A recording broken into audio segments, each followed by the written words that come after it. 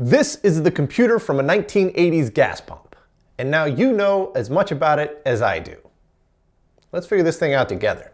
My buddy Brian rescued this from the scrap heap, and initially I wasn't actually that interested in it, but the more I looked at it, the cooler I thought it was, and by the end of the day I was fully nerd sniped. I had to have it, and I've been losing sleep about this thing. I thought it would just be a back burner project, but I want to see what happens when we put power into this thing and plug a terminal into it. So that's what we're doing today. The computer's made of a VME bus backplane, I believe, with a whole lot of termination and some additional power control stuff going on here. And there's currently 4 cards plugged into it, although it should be noted that this is not the original configuration. All the cards in backplane were all in separate boxes, and we just kind of pieced this together. So I have no idea what the original configuration of the gas pump would have been, but this is what we've got, so this is what we're going to try and power on. The first card here is the most important because it has this little square block in the middle. This is an MC68HC000FN10. That's a very long name to represent a low-power 68K microprocessor. This has a 16-bit data bus, but it is code compatible with the 32-bit architecture. It has 16 32-bit data and address registers and a full 16 megabyte address range. That is a whole lot of firepower for a gas pump. Right next to it is a massive chip. This is an MC68230PIO, I think, a parallel interface timer. I'm pretty sure this is the chip that is responsible for all of the communication with the serial boards that we also have on the backplane. This Zilog chip up here is a Z85C3010. This is a serial communications controller. It has 2 independent serial ports that are immensely configurable. So I'm guessing that these 2 little connectors at the top are going to be our serial connectors for that, and I'm hoping that one of those is the console port, and we might see something out of that. This chip right here is the one that surprised me the most. It is an ICM7170IPG. It's essentially a very stable real-time clock. It keeps track of the time, of course, but it also keeps track of the date, has a full calendar, automatically calculates the leap year, is 12 and 24-hour adjustable, has programmable oscillators, alarms, and so on. Like, this thing is pretty gnarly, and I don't know, this is newer than the stuff that I usually work on, so maybe this is a normal chip, but I thought that was pretty cool. The oscillator for that, I think, is this little can right here, which is a little crystal oscillator, specifically for the date and time chip here. We have 2 big cans over here that are the oscillators. One is a 4.9152 megahertz oscillator for the serial communications chip. The other one is a 10 megahertz oscillator for the CPUs. And right along the top here, we have a boatload of LEDs that I'm hoping to see do some blinking a little later on. I snagged 2 of these serial cards, but I have no idea if the original configuration would have had 2 serial cards in it. Could have had 1, could have had more, no clue. But these are pretty familiar territory after looking at the CPU because they each have these Zilog Z85C3010 chips that the CPU had. That is 2 serial ports per chip, and there are 2 chips, so 4 serial ports per card. 8 in total right here. Right up along the top here, we have a collection of MC1488 and 1489 receivers and drivers for RS-232. The rest of everything else on here is just kind of bus transceivers and glue logic. Interestingly, there is a JP 1 through 5 down here. Both of these are jumpered to 2, but I'm kind of thinking that these might be a device select, so we might want to move one of these jumpers to 3 or something. I don't know. Totally guessing. 0 documentation found on these so far. And the final card that we have is the ROM and RAM card. And right along the top here, we have 3 27C210s. These are 64K by 16-bit EEPROMs. This is awesome because the processor is a 16-bit processor, so one of these ROMs can supply an entire word without having to like split it up with high byte and low byte. But with 3 of them at 64 kilowords each, that gives us 192 kilowords of ROM, or a total of 384 kilobytes of ROM. That's a lot of program space. Right below it, we have 4 KM62256 BLPs. These are 32K by 8-bit. We need 2 of those, a high byte and a low byte, to cover an entire word. And since there are 4 of them, that gives us a total of 64 kilowords or 128 kilobytes of RAM. So this tiny little card provides as much RAM as both of the memory cards in the Centurion, which are massive. And then all that's left are a couple of pals over here, some bus transceiver logic. Oh, And the time bomb in the top right corner here, these things love to leak and destroy traces. I think we may have dodged a bullet on this one. It doesn't look like it's leaked yet, but we are going to remove that ASAP. And of course, all those plug into this VME bus backplane that has 6 total slots. So if we find some more cards that are compatible with this system, we could expand it out, or I could get my hands on more serial cards and give this thing like 16 serial ports, which would be a little ridiculous. But it looks like a fully passive backplane with lots of termination resistors on it, except there's some power stuff going on here. The RFH75N05 is a 75 amp in-channel power MOSFET. Then we have a TIP 122, which is a 4 amp PNP power BJT, and a B735, which is a 7.5 amp power rectifier diode. And on the bottom, there is a 22,000 microfarad 10 volt capacitor. This feels very strange to me because it looks like they're doing a lot of power regulation on the backplane here, but the power supply itself is doing a lot of power regulation. I'm like 99% certain that this is the power supply that powered everything. And it looks like a pretty, I don't know, standard for the mid-1980s switch mode power supply. It takes AC in over here on the right and then provides 4 voltages out as well as like a DC OK signal. It's giving plus 12 volts at 2.5 amps, plus 5 volts at 6 amps. And then the label lists it as just 5 and 12 additional voltage rails at 0.5 amps. Maybe these are isolated and you can connect them in series to give you -5 and -12 volts if you need it. But this thing should put out decently stable power and it's putting it out at 5 volts and 12 volts. So why would we need regulation stuff on the main backplane? It seems very strange. Now this power supply may not work at all. I can see that 2 of the screws are missing from the main power transistor over here, and one of them is mostly screwed out. So could be that this power supply has failed. Somebody tried troubleshooting it and didn't get anywhere, which is not great. I pulled my multimeter out and I did some buzzing out of the connections on the power supply to the backplane, and we only have 3 voltages in use. And like I was suspecting, V4 and V3 are isolated, and so that means that you can tie the positive of one of those to ground, and then the negative of that voltage supply becomes negative voltage. And that's what they're doing for the V4, which is 12 volts. So we just have plus 12, plus 5, and minus 12. So if this power supply turns out to be not working or bad, I think I can just use a ATX power supply and get the same voltages over here. Some switch mode supplies don't like to fire up unless you got a load on them, so I put a little automotive light bulb on here. This is a 12 volt bulb, so it's going to be pretty low resistance. It might be a little too much for a 5 volt rail. The 5 volt rail can do 5 amps, but I don't know. I didn't particularly do the math here. So I've got my multimeter hooked up to it, and I got some AC plugged into it here. I think nothing is going to happen, but who knows? Maybe it goes up in smoke, or maybe it just flat works. Let's flip the switch and find out. Not what I was expecting.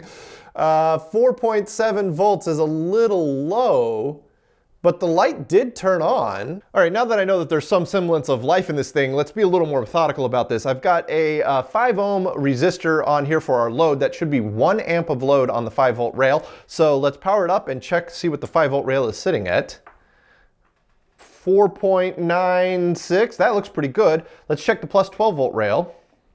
12.4, that also looks good. Now let's check the other 12 volt rail over here, but I'm gonna have to move my ground probe over like that, and then I should be able to just tap this one here and also see 12 volts. Yeah, there we go. I think we're good to go. I think we can start plugging stuff into this power supply. I am shocked that this power supply works. That is amazing. The next step is going to be to confirm this big chonker of a capacitor here. So I've got it disconnected from everything else, and I've got it on my bench power supply here. And I'm just going to bring the voltage up very slowly on it and see how much current it pulls. And so far, looks like it's not pulling that much. This is only a 10 volt rated capacitor, so I think I'm only going to go up to about 7.5 to 8 volts here.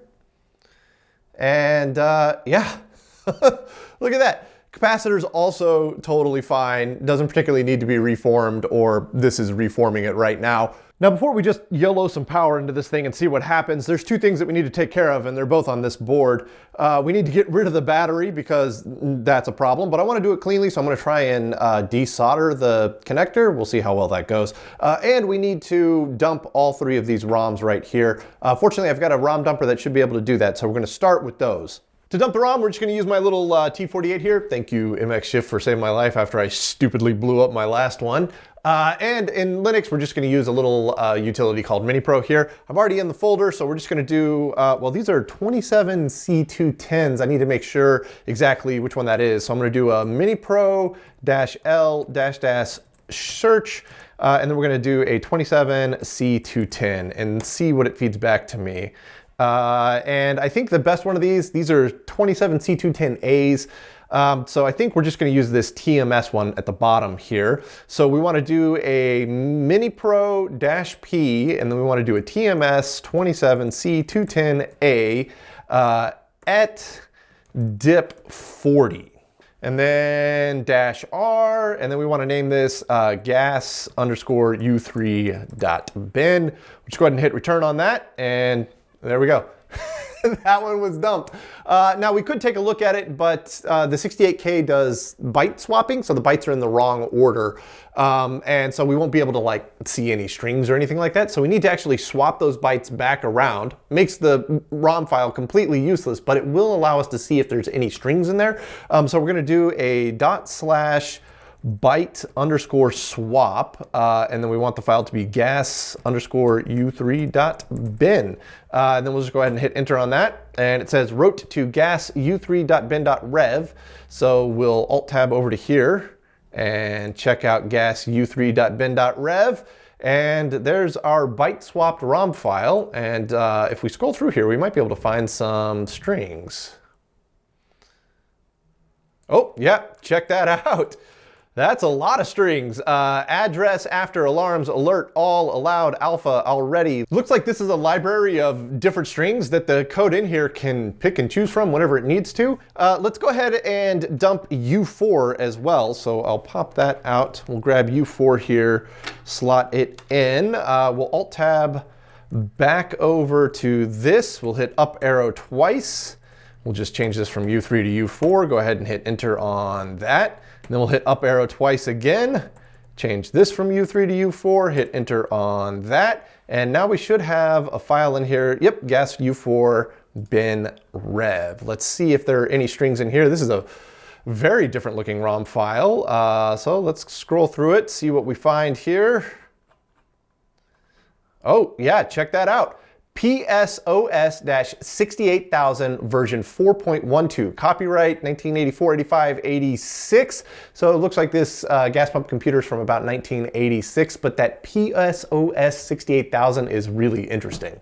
pSOS stands for Portable Software on Silicon, and it was created by Alfred Chow in 1982. It was written in pure 68K assembly, and it was very highly optimized from the get-go. And it's a real-time operating system, or RTOS.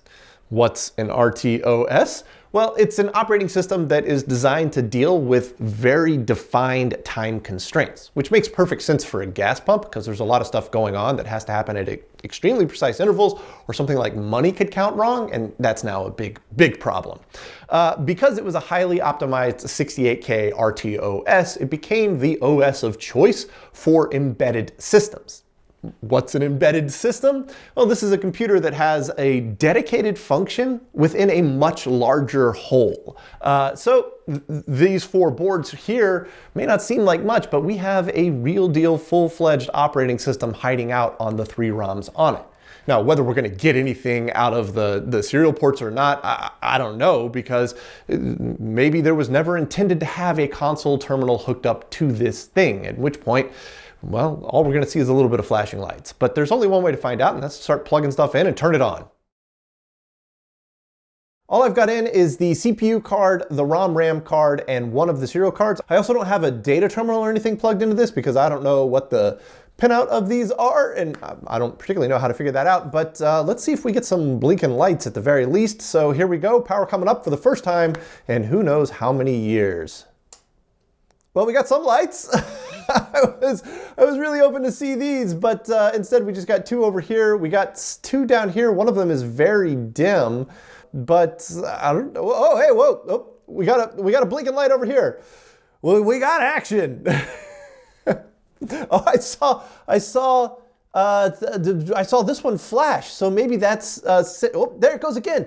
Maybe that's sending something out to a data terminal. Maybe, I don't know. That seems really, really cool though. And check this out. I've got the scope hooked up between the two outermost pins on this port that seems to be flashing the LED. And if you look at the scope, we get something that looks like data. So let's take a single shot of that.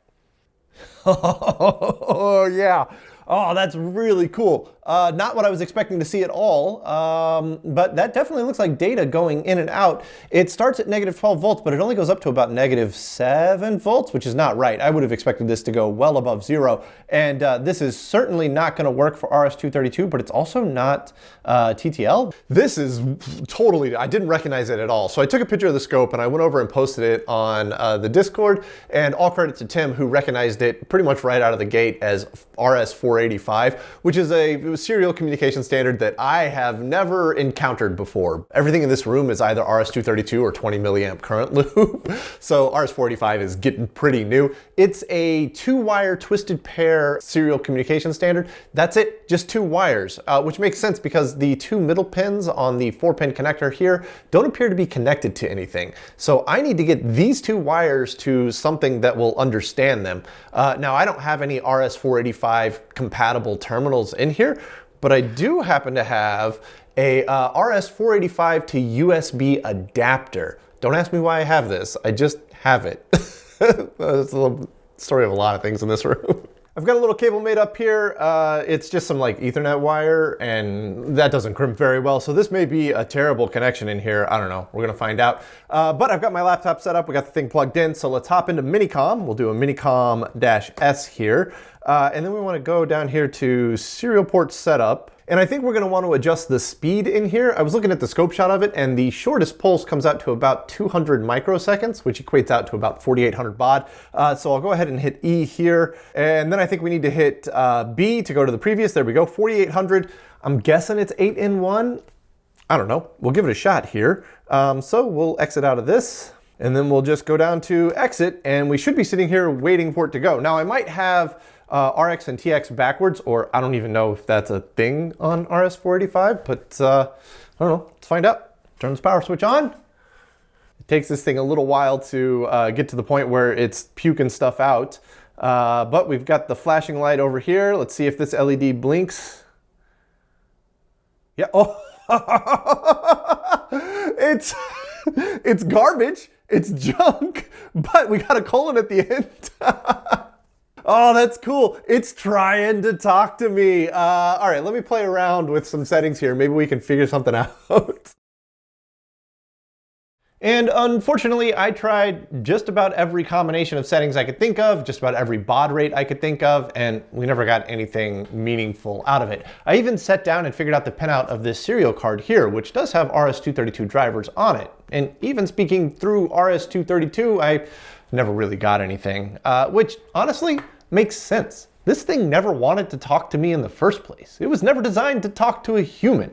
It wants to talk to a gas pump. And we looked at the bit stream coming out of the RS-485 port here on the front, and it doesn't resemble anything close to ASCII. So it's probably a completely custom bit stream that the gas pumps can recognize. If it's never gonna talk to me, what can we do with it? Well, right now, nothing. And unless a gas pump magically shows up here, I don't really think there's anything that we can do with it. But the only thing that is preventing it from talking to me and being a full-fledged computer is the code on the ROMs. Those 27 C210s can hold quite a lot of code, so we could actually just totally erase those and lay down something new. Maybe there's a version of pSOS out there that we could put on there that is more interactive. But we don't know what the protocol is for communicating with somebody via these serial cards, and pretty much this is the way that it has to be done because this is what has RS-232 on it.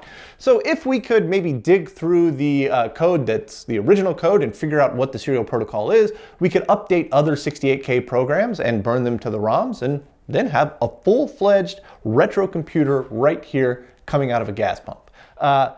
I don't know Motorola 68K assembly, but if you do, and if you want to play with this, hop over on the Discord and I will happily burn any program that you guys want to test on it onto the ROMs on here, and we'll give it a go. And who knows, maybe we'll come back to this thing in a future episode and we'll build a cool little wooden box for it and stain it and make it look all beautiful and have a neat little retro computer that we can take to VCF or the local meetup or something like that and let people get hands-on with a gas pump computer. But I had an absolute blast digging into this thing. I'm totally blown away that it just flat works. And I learned more about how gas pumps operated than I ever thought I would. So this has been an absolute win in my book.